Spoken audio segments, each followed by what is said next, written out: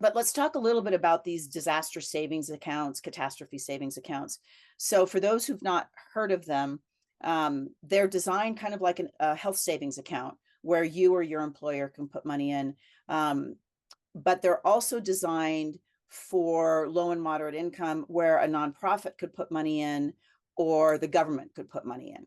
So especially for those last two buckets of funding, they are responsible to report back to the voters or to the donors how the money was spent.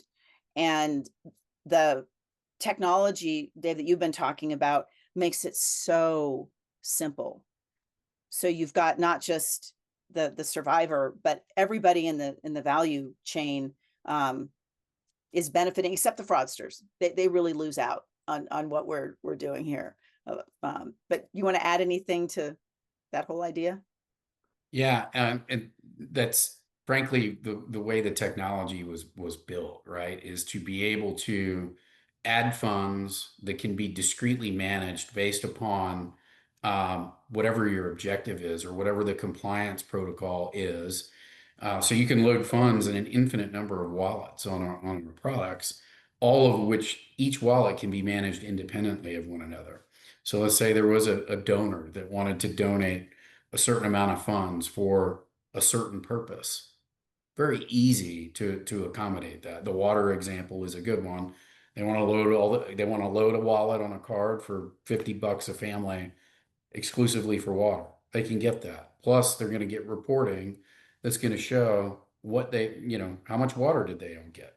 And if they don't spend it, again, time-based, those funds can be returned to them, and they can still say, I donated $1 million in water to this program at the end of the day, and hopefully they're reinvesting that, if you will, into the community. If it is unspent, that creates the opportunity to do that without the fraud, waste, and abuse components that everyone's so concerned about.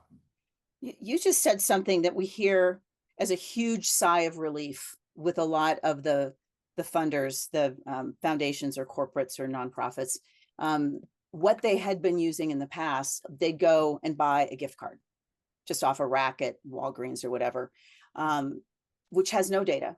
They have no idea how it's being spent. So they can't plan for the next disaster, right? To be able to see how people are spending. And they don't know if the money was spent.